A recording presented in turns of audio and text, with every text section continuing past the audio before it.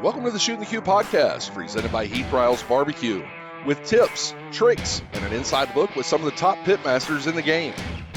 Now here's your host, Heath Riles. Welcome back to this week's episode of Shootin The Que. Today I am joined by my lovely wife, Candace. How are you doing today, hon? I'm doing good. Finally better over a cold I had for what seemed like weeks. Well, Our allergies. Our daughter's been the same way. I think she's had a cough for about 2 weeks. She has. Y'all are just about She's over fine. the sickness. Just about. She's still full speed, so. Lord knows she is. Well, we took a much needed adult quick mini trip this last week. And so what were your thoughts on Hot Springs, Arkansas? We went over to Hot Springs for a few days. We've been there before, but it's been many, many years ago. It was good. We didn't really go there to do any special thing. We just kind of went to relax and do nothing, honestly. I mean, because we don't get to do that at home or here. No. So, I mean, we had an Airbnb kind of up on a mountain. I would clearly say it was a mountain. It was a little sketchy. It kind of overlooked Lake Hamilton. It overlooked Lake Hamilton, but you could see a lot, not just the lake in the distance. It was very, very nice, very pretty. It was. View. So that was good. It was pouring rain the day we got there. Yeah, I got soaked trying to get in, but it did clear up. But it was kind of chilly. It was the pretty next couple cool days, the whole time we were there. except for the last day. It was semi. Yeah. I mean, nice, which was good. But like you said, we mostly just laid up and watched TV and slept, and just went to town to eat and things like that. And that brings us to some stellar restaurants that we discovered in Hot Springs, Well, we also Arkansas. discovered don't go there on Monday because everything's closed. Correct. So don't, if you want to go out to eat on a Monday in Hot Springs, good luck. It's not very many choices. We did, what did we have that day? Like some Mexican or something? It was actually considered something in the Mexican cuisine, but no, it was like a fancier term than that. But it was not as fancy as they made it out to be. But it was still good. It was good. I don't remember the name of that restaurant, though. Either. Well, the name of the restaurants that we do remember, and how do you say that? I was going to let you. I think that it's like Steinhaus Keller, but I'm probably saying it wrong, is a German restaurant there that several people told us to go to. It was so good. And we kind of researched it a little bit, and it was highly recommended in that area. And you think that when you go in, it's kind of small and not very many people there till you turn the corner. True. And then it opens up very large, and the tables were full, and it was kind of loud. Not loud, I mean, semi, but the food was absolutely incredible. Everything that we ordered was spectacular, I thought. What all did, so we started off like, well, I had wine, but I think you had water or something. But then we started off with like a starter appetizer or like a combination sampler or whatever, Yeah, so we could kind of try a lot of the appetizers they had. It was just like a very small portion of each one. I don't even know if I remember everything on there, but the one thing that was so good was the sauerkraut cake. yes, Almost like a crab cake, but it was made out of sauerkraut and had, I think it was sausage in it, yes. And I don't even like sausage normally, but it was pretty good. It was a different kind of. What kind of dipping sauce was that? Was it? I don't remember. I'll just know I would drive back to Hot Springs for that food. So that was good. But then, I mean, so you were excited about the cabbage rolls, which. Cabbage rolls were good, but they weren't bad, but they're kind of had a sweet taste to them. And I'm not a sweet person when it comes to like a main entree. Like if it's dessert, then it's dessert. But if it's meat, it shouldn't be sweet, in my opinion. That's right. So the cabbage rolls, and they had some mushrooms on there. Those were really good. They also had another kind of mushroom that was. Those were stuffed mushrooms. Yeah. They were good. And then what else was on there? Do you remember? I don't know. I guess I probably should have looked this up. I don't remember everything either, but it was like several. But your main course for dinner was what? What did I get? It was like beef.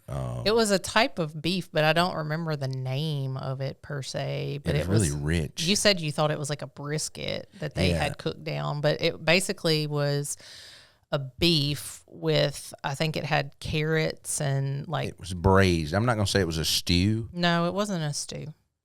It just had like a thicker, almost a gravy that it was in, but not. It was good. It was kind of close to a gravy and a thick sauce. I don't really know. It had a demi-glaze type sauce. Correct. And so, like, it said that it was marinated for, I think it said 4 days or something. They marinate this beef and the vegetables in, like, an apple cider vinegar mixture with some other things. And then after that, they cook it. And I believe that sauce also had, like, some vinegar in it. And that's why I like, vinegars and good. tartness and that kind of thing, but it was very good. And then I do like sauerkraut, but I'm not like, oh, I have to have it. But our waiter was like, no, our sauerkraut's really good. You should try it. So I did get that, and it was actually very, very, very good there. It was not like traditional sauerkraut at all. It was very good. It was excellent. And what did you get? I had the beef stroganoff there. Yeah. And it said it had like crispy onion shallots on top. Did it? Yeah, it did. It had a few sprinkles of them. And I'm going to tell you, I thought it was very good. You could tell the noodles were homemade. Well, so that was the other thing. They don't traditionally, or when you order it, it doesn't come with the noodles. So you have to like tell them if you want noodles with it. And it's not egg noodles. That's what I was going to say. They are like homemade, and I don't really know that style of noodle, but it was almost really small, where it was like pushed through something and cut off to go in the broth to make the noodle. It was kind of really uniquely shaped. I can't remember. It was like a real off name of the pastas they were using, but it was an incredible dish. If I could critique it any kind of way, I would say it needed a little bit more salt, just because of the pasta. Mine better than yours and all that. Yours did have a good flavor from the marinated 4 days. And then so some of the sides that we ordered, do you remember? So we got the cucumber tomato like vinegar based type salad that you wanted to try, but then I wanted the cucumber deal, which had like a yogurt type base. It was so good. It was very, very good. It was very good. My picks are usually better than yours, I feel like. And then what else was there as a side? It seems like we ordered one more thing. The sauerkraut was a side, and then the potato cakes that you wanted that came with like a little dollop of applesauce. And I wasn't that impressed with those, but I think you liked them. Maybe I'm just used to Perkins on that one. Perkins. I mean, everybody laughs, but I love the potato pancakes at Perkins. I haven't been there in years. I know, and maybe potato pancakes, some people has had them with leftover mashed potatoes. Some people hadn't. Some people use hash browns. I was going to say, so I felt like theirs was more of like a texture of a hash brown base potato cake. It was. And that's what was kind of awkward to me, I guess, just because I'm not used to eating it. It wasn't bad. It's just not what I was used to. I know the potato cakes I'm used to is basically leftover mashed potatoes. You take that your grandma made. Yeah, little bits of shallot or onion, some butter. You fry them up, serve them with applesauce. That's not the German version, though. Well, that's Heath's version, and Heath's version is pretty good, I can tell you. But moving on from the German restaurant. Yep. So the next day we're going to get out for some lunch, and he's like, where are we going? And I'm like, well, yesterday we passed a Mediterranean restaurant. And so we got to looking, and we found a place called The Goat. I remember the name of it. Mm-hmm. The Goat Mediterranean food or grill or something grill. Like that. That's what it was. I'm here to tell you. It was the waiter was spectacular to be a lunch place. He was very unique. Very unique, gentleman. And knew the menu inside and out. He knew about he said that he had watched some videos you had done on cast iron. Yes, he did. From TikTok or something. Yeah.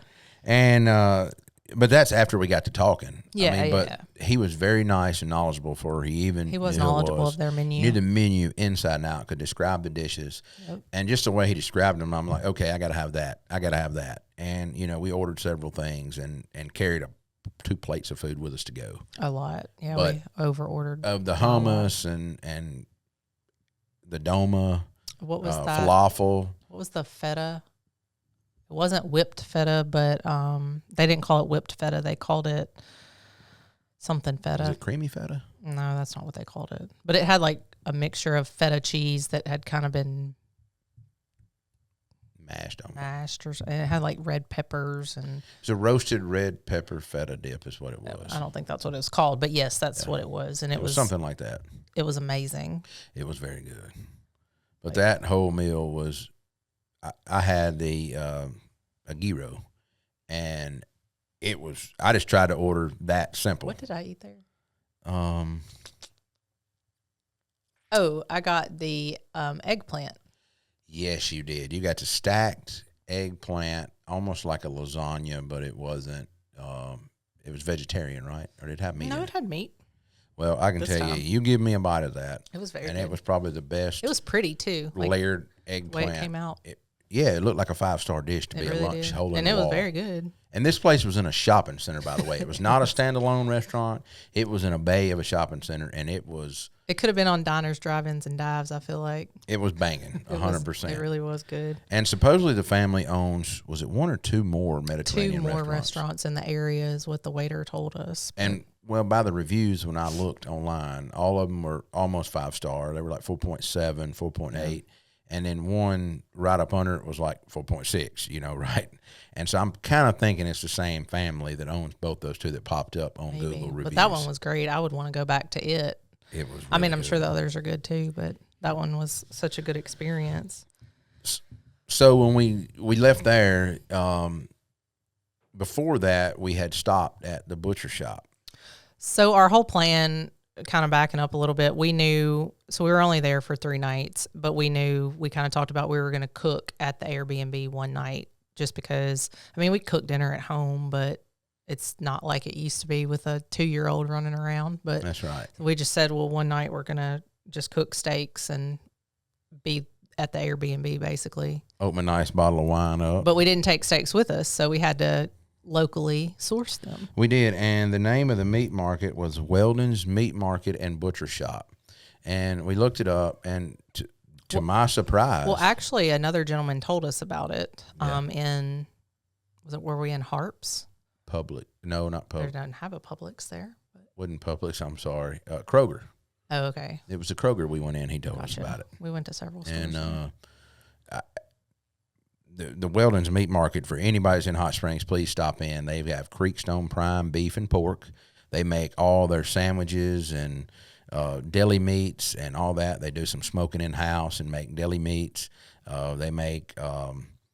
it's all kind of homemade jams and jellies in there from different vendors. They make salads and sandwiches and dips. We got 2 of the Creekstone Farm fillets from there that were very nice fillets. Some stuffed twice-baked potatoes made. Yeah, so they say they're known for their twice-baked potatoes. I don't know if that's just... They were good. They were good.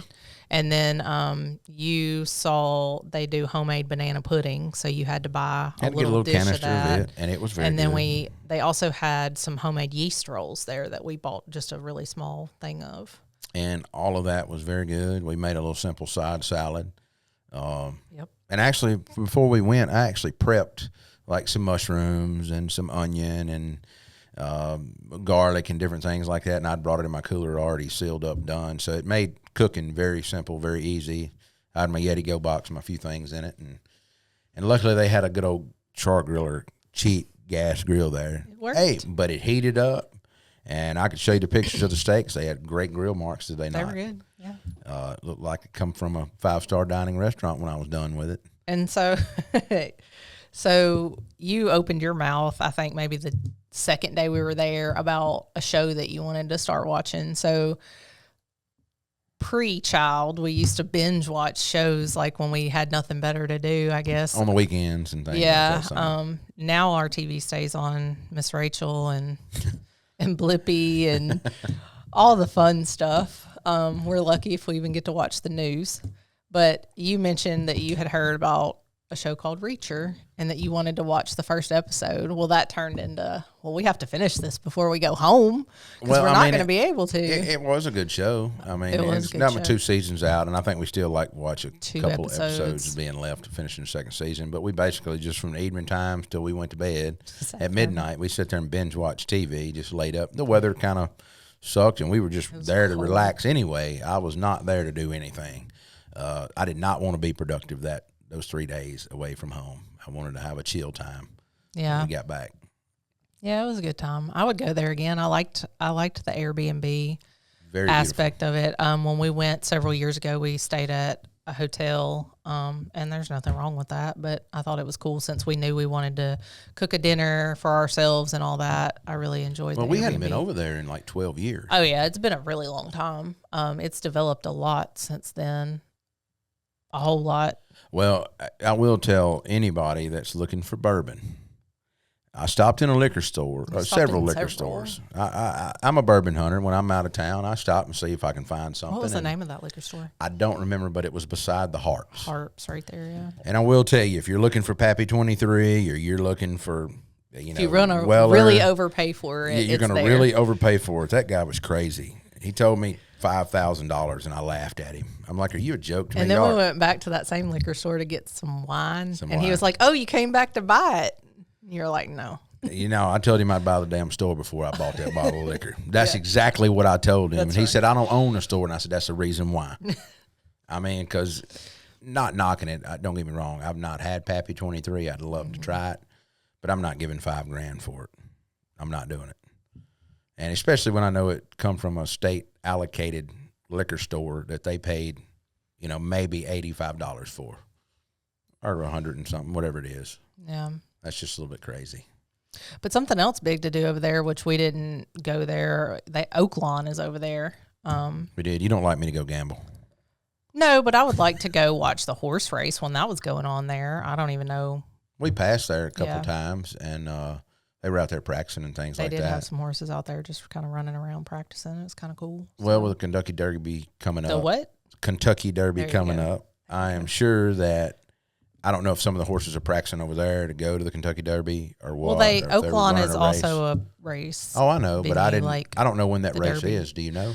I know the Derby is in May, but I don't know if Oaklawn is before that or after that, because I know they have their series. Like, all of those are pretty close together, I feel like, that they run all those horses at, but I don't know exactly. Yeah. No, I'd have to look it up.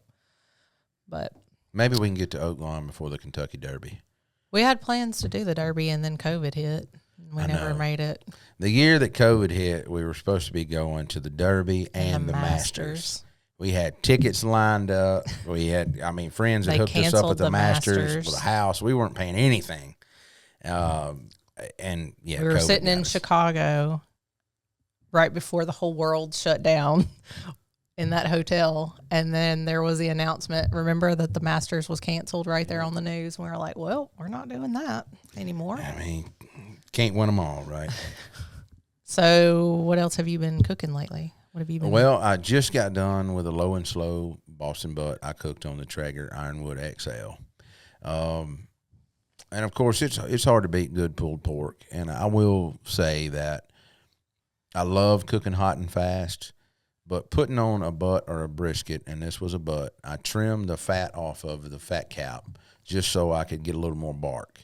And I really like doing that when I'm cooking low and slow. And the reason I like that is it just helps develop a little more bark. You know that you're not going to burn it or mess it up when you're cooking that low. And I put that butt on like at 5:30 that afternoon, I think. Yeah. I think that's right, 5:30. Exactly, but. And the next morning at 6 o'clock when I went out there, that butt was only at like 160 degrees. And it looked just as pretty, and I never spritzed it one time. I never done anything. And I let it go, and we did not wrap that thing up till about 8 o'clock. It had got to close to 170, and we bumped the grill up to almost 250 and dumped about a half bottle of vinegar sauce on with it and let it eat. So you trim that way when you're doing the low and slow. If you're cooking hot and fast, do you trim a butt differently? It just depends on what I'm doing and how I want it. I wanted more bark on that butt for low and slow. And I will say that me doing that, and I wrapped it up and I let it rest for like 4 hours maybe before I got in there and chopped it up, pulling the blade bone out and then just mashing the pork up. It's as simple as that. Because if you remove that fat cap, there's not a lot of fat you got to pick out of there. You know, when you're cooking that low, it usually renders a tremendous amount of fat out of that pork butt, and it's still juicy. I mean, so it kind of just depends. There is 10 ways to get somewhere, and that low and slow butt's just one of the techniques. You could have left the fat cap on it. You could. That's what I was gonna say. Do you ever not trim at all? Yeah, plenty. I'm gonna say I'm a probably 50-50 man. I probably trim 50% of the time. It just depends on how big of a hurry I'm in. Well, I feel like it depends what you're cooking for sometimes, too. It does. Am I wrong about that? No. I mean, if I'm just cooking some pork butts for like... To go feed several people and all that, a lot of times I don't do any trimming whatsoever. I'm making sure there's no bone shards or anything on that butt, and I'm rubbing it down and putting it on and going. And it also depends on what cooker I'm cooking on. Do you think that there's any mistakes that people make when they're trimming butts? Like, is there a wrong way to trim, in your opinion? You know, I don't like cutting into the money muscle. I'm going to say there's not a right or a wrong way on a pork butt. It's very forgiving. So leaving the fat cap on, leaving it off, you can cook a boneless, you can cook a bone in. You know, you can cook a half a butt. You see grocery stores that they cut so many pork steaks off the bone in, right? Yeah. And then it gets down, and you may have a little 3-pound, 4-pound butt that a lot of your people buy in the store. They're called something, aren't they? Pork roast. And so that's what a lot of you, and it's got the money muscle in. It may have a little bit of bone in one end. And that's probably, I'm going to say, about what 85% of your females buy at the store to go in the crock pot. No, I'm not meaning anything bad by that, but you don't really see people. So is that like what your grandma used to cook in Whickers? Yeah, like seriously. Pour a whole bottle of Whickers in the crock pot. That's what our parents did, or in the oven. I mean, or whatever. I liked it. I'm not complaining. I thought it was good. Sometimes it was Coca-Cola. I mean, it just depends. You know, older generations had some crazy ways, and it's funny you bring up the Whickers things. You know, a good friend of ours owns Whickers now. I haven't had it in years, but back when I was a kid, I liked it. I'm sure your dad tastes enjoys the same, Whickers. right? Yeah. The recipe hasn't changed. Yeah, it has not changed. Jeff has added some more options as far as he's got some barrel-aged ones, some bourbon barrel-aged ones. So he makes it up and puts it inside bourbon barrels he buys from other people. Fancy. Unique, and I think it's pretty like cool. Jeff. And I have not had that. Jeff needs to send me some of that. He was supposed to get up on the show here at one point and have not. He's been so busy, though, between everything he's got going on. But there is no right or wrong way with that. And where I was going with it, you can actually take the bone out and fillet that thing, almost like cut it in half, but leave it attached. And you can stretch a butt out to 20, 24 inches long and get a lot of bark off of it. It won't be but probably 2 or 3 inches thick. Does that change the texture if you cook it that way? Like not just the bark, but like the whole thing? Like if you were going to would you want to make like pulled pork sandwiches if you did your butt like that? You know, it would still pull. You just got to get it tender. So the texture wouldn't be different? I'm not going to say it wouldn't. It might alter it just a little bit because you're not cooking as thick a piece of meat as normally. Yeah. And so it may not be as tender even. Well, you're going to get it as tender when you wrap it up. No matter whether how thick it is or how thin it is, you're only cooking it to a certain temp before you wrap it. So it would just cook quicker. That's right. Just cook quicker.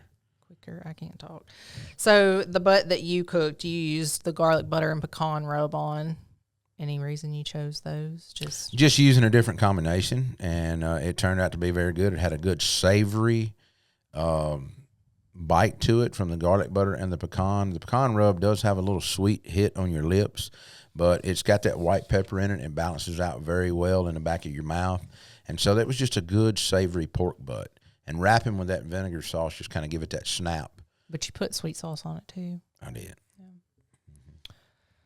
So do you prefer one over the other when it comes to low and slow or hot and fast? Or like you said, it just kind of depends what you're doing? It just kind of depends on what I'm doing. But if you're going to be eating it, though, do you have a preference? It depends on how much time I got. That's the whole Monty. If I've got time to cook low and slow and we're just cooking 1 or 2 butts for us at home and people are coming over, I can put them on the day before and roll with it. If I'm wanting to sit outside on the patio and not come in the house and tinker around and get a good grilled flavor, I'm going to fire up the Gateway Drum or the Outlaw Patio Smoker, get more of a traditional barbecue taste on the Outlaw, get that grilled flavor on the Outlaw. It just kind of really depends on what I'm going for. A pellet grill is just smoked pork butt. I mean, it's good, it's consistent, you can't beat it. It does not have the flavor that Outlaw or that Drum does, but it's still really, really good barbecue. Yeah. So it just really depends on what you want at that time. What about letting it rest?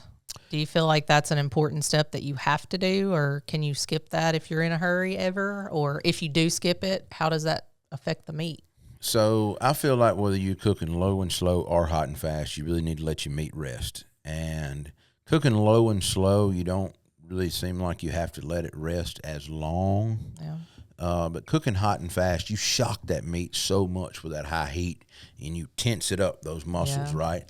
It seems like to me you just need to really let it rest a minimum of at least 2 hours to really just let it relax and kind of breathe again.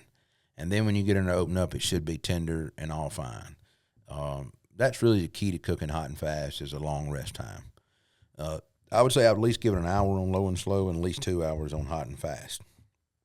But really, the longer the better. So if it'd be 2 and 3 or 4. And when you say let it rest, like what is your version of, do you just sit it on the counter? Do you put it in something? I like resting it in a Yeti cooler or some type of Cambro device. I like keeping that steam trapped in. You leave it wrapped? I like to kind of vent my pork or my brisket, say 5 minutes after it comes off the grill, and then I wrap it back up and put it in the cooker. Or not in the cooker, in the cooler or the Cambro. Yeah, whatever you're putting. I really feel like that 3 to 5 minutes of letting that steam off of it really helps slow it down some. And then when it goes in the Cambro or the cooler, it can just finish relaxing, kind of just ease off, if that makes sense. So a question that we've gotten, people kind of ask about when you say prime and you cook Prairie fresh pork. So can you kind of explain the differences in pork whenever you use that term? Yeah, it's basically just a grating that Prairie Fresh uses to separate their lines of pork. And they have an all-natural line and they have a prime line. So don't hold me to this, but I believe their prime line is like 2% of the top of their pyramid chain. And so only 2% of their breeding animals make the prime side. Everything else is considered all natural, and they also have other divisions in there that they're owned by Seaboard Farms. So that's a huge portfolio you have there. But the top 2% of their chain should be the prime rib, so you're cooking a better rib. It's got heritage bred hogs bred into that program. So just being the top 2% of that chain, I like to feel like I'm cooking the best when I cook. So the what does Prairie that Fresh mean? Primes. Heritage bred hog. So, I've cooked a lot of hogs over my life. I've cooked comparts, which is a do-rock blend. Yeah. And it basically, You got local farmers kind of all like around beef, here. right? Kind of like beef, kind of like fat Wagyu, content prime, is what it comes choice, down to. certified Angus beef. It's all about fat content, about marbling and all that kind of stuff. And so they say redder is better, right? Compart, that's kind of his slogan. And you can kind of tell the Prairie Fresh Prime line is really red too. And it's just a grating, kind of like the Wagyu beef. It's kind of the best way to explain it. But you basically got guys on the line grating, and whatever they see fit goes to one side and the other gets kicked to the other. They're trying to pick out the best meat to go to the prime line.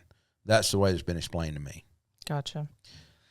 So for this butt that we were talking about, you said you cooked with, or you wrapped with the barbecue sauces. Do you ever wrap with anything besides barbecue sauce? Yeah, of course. Sometimes I'll wrap with nothing.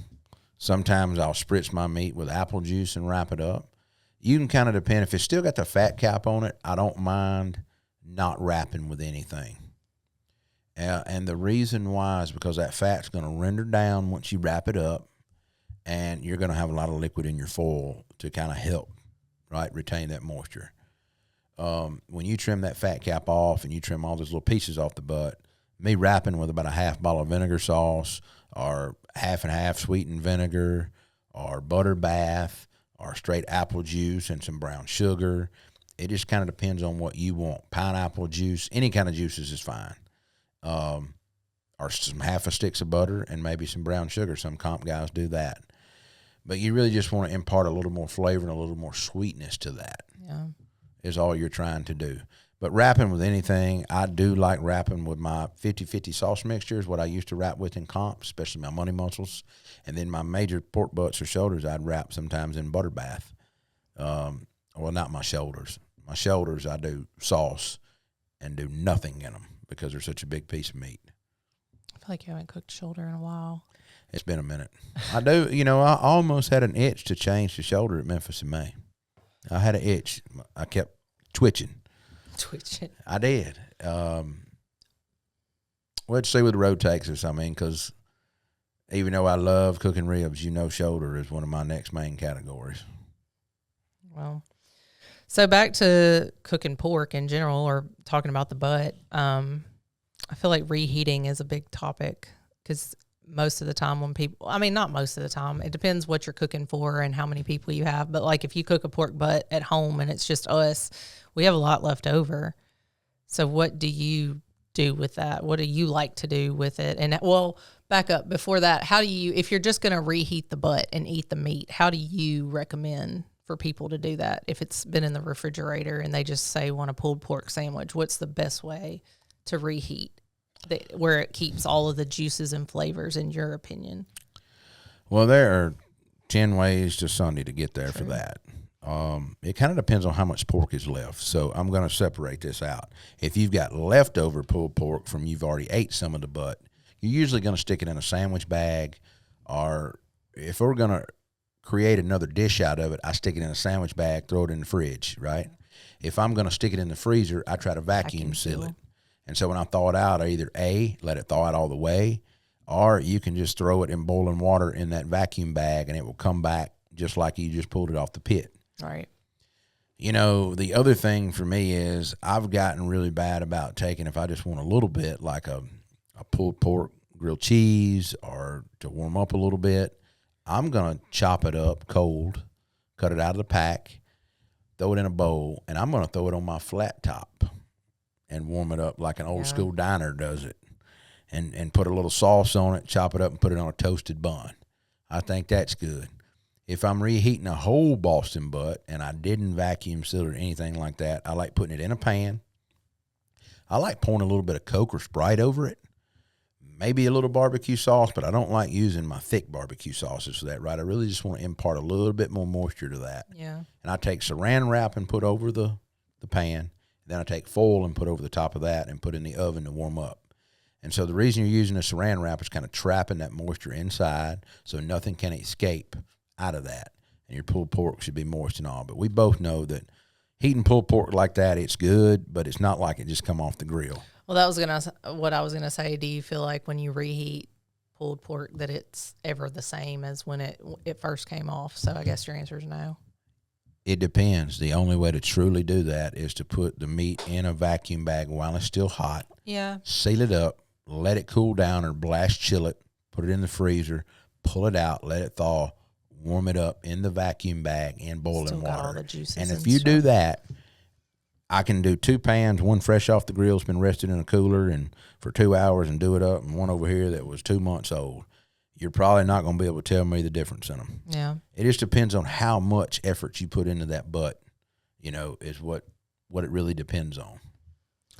So what are some of the ways that you like the left? I know you said kind of grilled on the flat top, make a sandwich, but what other ways do you like That's to the eat most leftover? common. I either like eating it as a plate, warming it up on the flat top like that, or making a sandwich out of it with some coleslaw. I love putting it in a barbecue quesadilla on the flat top. Yeah. Pizza. You can make pizzas. I love making barbecue pizzas out of it. I like making barbecue nachos out of it. We've done some enchiladas before. I feel like you always say you want to make tamales, like homemade tamales out of leftover pulled pork. Now, I've sent it to some ladies, and they've made tamales right, for me. but you haven't actually done it. I haven't actually made tamales. And you said that you would like to do that at some point. I know it's probably... when the big kitchen gets finished. When the big kitchen. Probably a task. I don't know. I've never made homemade tamales. I'm up for the task. I think it would be cool. I'm probably going to be showing. I'm going to screw it up at first, but... So you mentioned coleslaw on a sandwich. Do you feel like every time you eat a pulled pork sandwich that you have to have coleslaw? And if so, what kind of coleslaw? Because there's so many. I am very picky about coleslaw, and we both know it. Well, there's a huge difference in coleslaw. You can't take coleslaw, mix it up out of the bag, and then immediately eat it. It has to be put in the... You can, but it's not good. It's like eating raw cabbage with some dressing on it. No, when you take and you put it in the fridge, depending on how you prepare that slaw, and you let it sit there 2 to 3 hours or either overnight, that slaw gets better. It gets better. Now, a lot of times people put too much mayonnaise in their slaw. Yeah. And then it gets real watery. That's the thing about slaw. True. Cabbage has got a little bit of natural moisture to it, and that salt and all that brings it out, right? And so you kind of want to put less mayo and then let it sit and marinate 3 or 4 hours and see where you're at. And if you need to add more, you can. You know, but I like a good black pepper. It depends on what it's going on and what the mood is. That's what I said. We're talking about a pulled pork so like sandwich. my grandmother's old school coleslaw, she had grated red onion in it, carrots, cabbage, and a lot of black pepper. It was not a sweet slaw.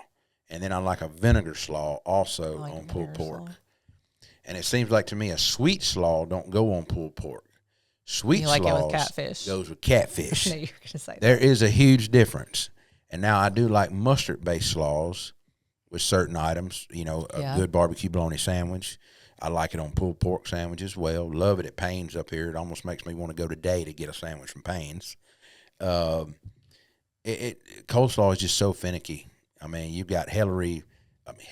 What? You've got heavy-based coleslaws with mayo or mustard or a mix of vinegar as well. Mm-hmm. Some with just mayo, some with sugar, some without. Some with celery seeds, some without. Some heavy black pepper. You know, it just kind of depends on what you're going for. You know, some of the best coleslaw made is made by the sheriff in Marshall County, Kenny Dickerson. And I've been saying that since I was old enough to eat coleslaw. That man, that recipe, he does not give it to I've asked for it before. He didn't give it to me. I ain't saying other people don't have it, but that with catfish is the superb coleslaw. It's really thin, chopped up. I don't know that I've had his. You did years ago, like probably 10 years ago. So I kind of feel like you already mentioned your favorite place to get slaw. Well, that's locally. Favorite place to get slaw on a sandwich, Payne's? Would that be your answer? Payne's has a really good mustard slaw. Or you just like the slaw there? Payne's has a really good mustard slaw, but I will tell you, Tops ain't sleeping on their coleslaw. It's pretty good. They make it homemade. I like Tops coleslaw. If they don't make it homemade, whoever's packing it for them is doing a really good job because it is a decent coleslaw. I don't like really chunky coleslaw. You know, I like finely diced coleslaw. Oh, I'm well aware. Yeah, you know. Or angel hair. I like angel hair coleslaw. Yeah. So do you feel like there's an underrated coleslaw at a restaurant in Memphis or anywhere else we've traveled? Underrated? Yeah. I think my answer is going to be, what's the name? Elwood Shack. They have the blue cheese jalapeno coleslaw. It's amazing. If you've never had it, we have made our own version of it. I love blue cheese jalapeno coleslaw. I know it sounds like a lot, but it's excellent. It has very, very little mayo, like maybe not much at all. Purple cabbage, blue cheese, a little bit of lime juice is what he told me before, and some seasonings. And, you know, we mimicked that. We probably went to Las Vegas 10 years ago and cooked in a World Food Championship. I made it. Yep. And I winged that and made it. I shredded the cabbage myself. It was good. It was good. And we've made it several times since then, but that is I feel like that's an underrated coleslaw in my opinion. I consider it a coleslaw, but I like different stuff like that. I mean, I like normal coleslaw too, but I like more of a vinegar based, I would say, because as I said previously, I don't like things to be sweet that shouldn't be sweet. In my opinion, that should not be sweet. Well, I have seen a lot of people taking coleslaw out of a bag and using the Whataburger jalapeno ranch to mix up their coleslaw mix. I don't know if anybody else has seen that. I think I've seen that. But maybe call me whatever. I love jalapenos. But I just don't like the jalapeno ranch from Whataburger. It's kind of too spicy for me. I don't know if I've had it. Have I? I don't like it. It's kind of a little too spicy for me. I probably like it. I like spicy. But I will say taking a little bit of that on cabbage and like adding, I think mango would be good added to it. And now, listen, hear me out. Grilled shrimp tacos or grilled fish tacos. Didn't you have a mango coleslaw recently? Yeah, I did. Where was that? We were out of town. We were in Hot Springs at that fish Fisherman's place, Wharf. and they had mango coleslaw. It was okay. There. It was okay. I was like, I know you recently had that somewhere. It was okay, but I thought it would have been better on like a fish or shrimp taco. What did you get it with? I don't even remember. Some calamari and some shrimp or something. Not remember. calamari, it wouldn't. It was clam strips. Oh. Yeah. Okay. I just remember the mango Hey, when you said that. I love You clam like strips. mango, though. I do. I like You mango like- and pineapple and peaches. Because, like, even when which this is off topic, but when we eat sushi, I feel like every sushi roll you order, you add mango to it. I don't to every one of them. Most. Crunchy shrimp roll, add mango, cream cheese, See? spicy mango, and eel sauce. Just saying. Try it out for Spicy yourself. mayo, you mean? Spicy mayo and eel sauce add on. I'm not a big eel sauce fan. Man, that sweet spicy is very good. Really, really good. All right. I feel like we've talked a lot about coleslaw and all of those things. So coming up, it's time for the Memphis In May meeting. Yep. It's coming up this weekend, which it'll have already passed. I know. Going to pick the pack up. And what are we, about 45 days out, 40 days? What is it? I have no idea. I'm surprised we don't have like a countdown? A countdown here in the office. I don't need a countdown, guy. I'm not ready yet. I mean, I'm completely still wore out. We're still getting stuff together, but I So guess talk about the meeting. What is the meeting?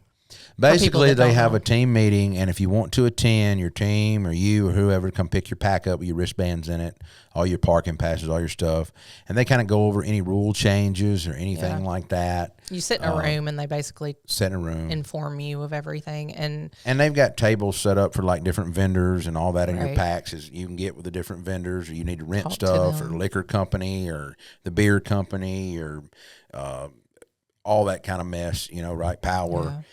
They've got it all there laid out.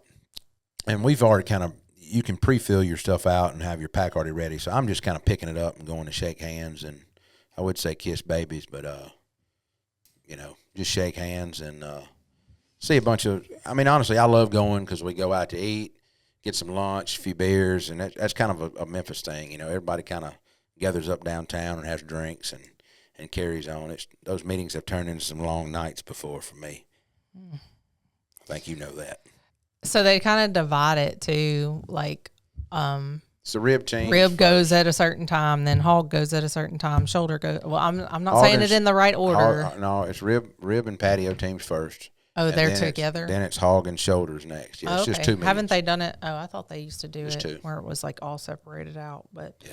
so yeah, it's just and I know some people are coming in town for that because we've already gotten some phone calls. Yeah, about- Big Mo called. Yeah. Get together, have some brunch with Mo, hang out. Some of his guys is coming in, and of course all the locals around here. It's gonna be a good time. I'll be at home. Had to hit Bar Dog up. It's Kind not of the like a same. pre-ritual. Yeah, but Brittany doesn't work there anymore. I know, but she did. She was a favorite bartender. I know. She was really good bartender. I like working with her for many years, or working with her anyway when I was in the beer business. Yeah. She always took care of me. So what else is coming up? You got Not much. We've Springfest is coming up in a couple weeks. Memphis in May is after that. We got the Memphis in May meeting this weekend. We've got some new products coming out. We've got the 2 new glazes that'll be out maybe in the next, I don't know, within the next week. ish. Ish. Weekish. We're trying Let's to get just add photos that made ish. and all that. Maybe week to 2. We production Ish. and all that kind of stuff, photos, all that. So maybe within a couple of weeks we'll get the pineapple and apple glazes out to everybody, and What about the competition sauce? the competition barbecue sauce. We had new labels and stuff made for that, and all that'll be available. And then we've got some more rubs coming later on this summer. A couple more rubs. We'll talk about that later on. I won't let the cat out of the bag on those rubs yet. All right. Well, I appreciate everybody today for tuning in. As always, we stay busy. Appreciate everybody for following along and watching us. We'll see y'all next time on another episode of Shootin The Que. Thank you for tuning in to the Shootin The Que podcast. If you have any comments or suggestions for future episodes, please feel free to reach out to us on our social media channels or through our website. Don't forget to subscribe to our podcast on your favorite platform. Leave us a review if you enjoyed the show. Until next time, keep shooting the Que.